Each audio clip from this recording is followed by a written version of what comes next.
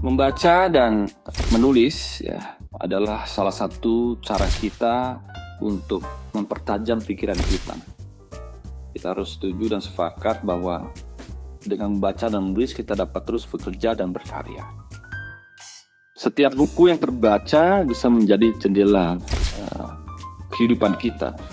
Setiap kata yang kita tulis bisa menjadi pembentuk ide-ide dan gagasan untuk diri kita dan untuk kehidupan.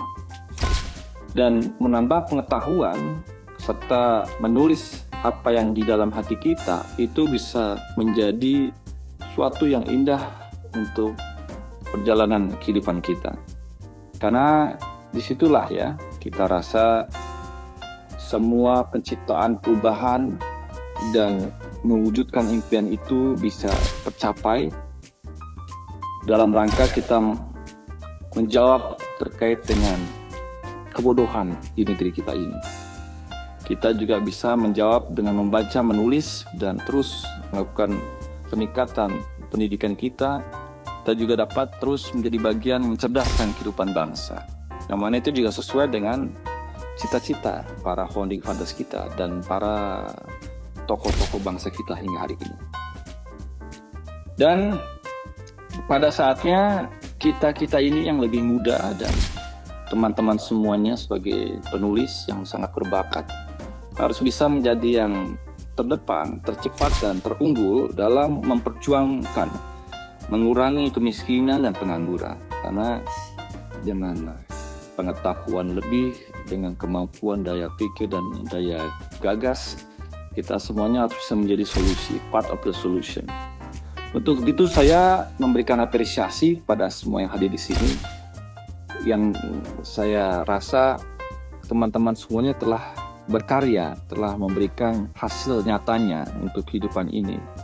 Tidak hanya menuliskan dalam kata-kata, tapi juga kalian adalah perempuan yang dalam dunia ini memperjuangkan literasi kita menjadi lebih baik dalam kehidupan Indonesia.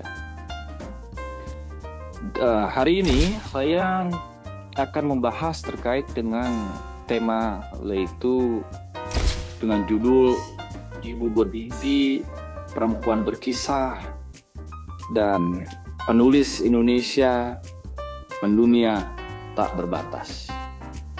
Kita juga memiliki kekayaan sastra yang luar biasa, betul ya?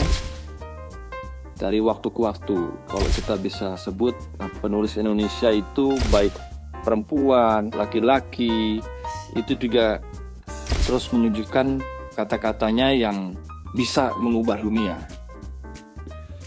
Sebut saja era Kartini, ya, habis gelap terbitlah terang. Hingga hari ini hampir semua sastrawan, penulis di Indonesia pasti paham dan tahu tentang era Kartini yang menginspirasi kita terkait dengan emansipasi perempuan, tapi lebih lanjut tentang bagaimana seorang era Kartini juga terus memperjuangkan kehidupan pendidikan yang ada di Indonesia.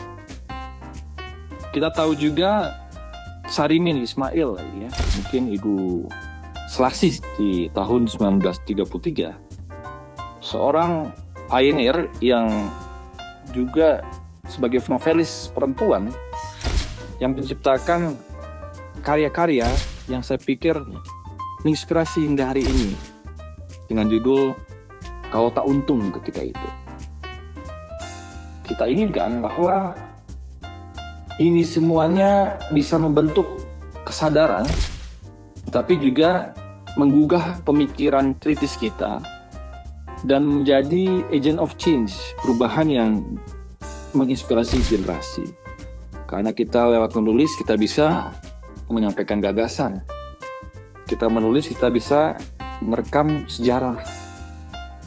Dan kita menulis kita bisa juga menawarkan solusi. Tidak hanya sekedar membaca dan menulis. Dan ini saya mengutip apa yang disampaikan Andre Hirata.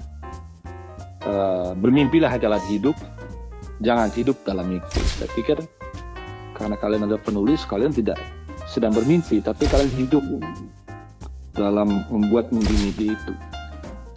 kita juga harus tahu ya, dalam kehidupan sekarang ini tidak mudah juga menjadi penulis. Ada tantangan-tantangan, ada kendala-kendala yang dihadapi, apalagi di era digital seperti sekarang ini, artificial intelligence. Tapi saya juga tahu dengan tantangan teknologi itu, hari ini kita juga masih harus menyikapinya dengan serius. Masih adanya rendahnya tingkat literasi kita yang ada di Indonesia. Dan menurut peringkat, Indonesia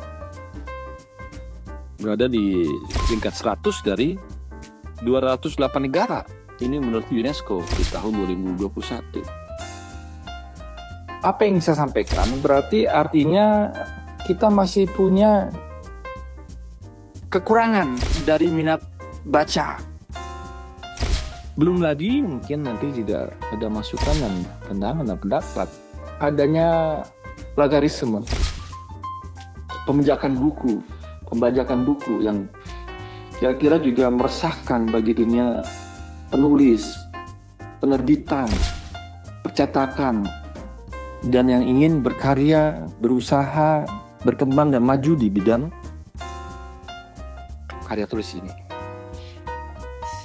Ya, untuk itulah kami juga ingin mengutip apa yang kata-kata disampaikan oleh Lewis Carroll ya, dalam buku Alice and Adventures in Wonderland, yang mengingatkan it is no use going back to yesterday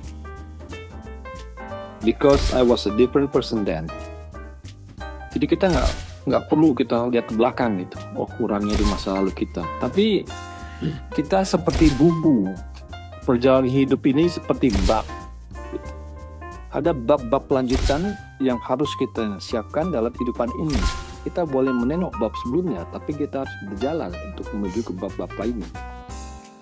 Membaca dan menulis bukan hanya merupakan ekspresi diri, tapi juga merupakan bagian dari memajukan ilmu ini.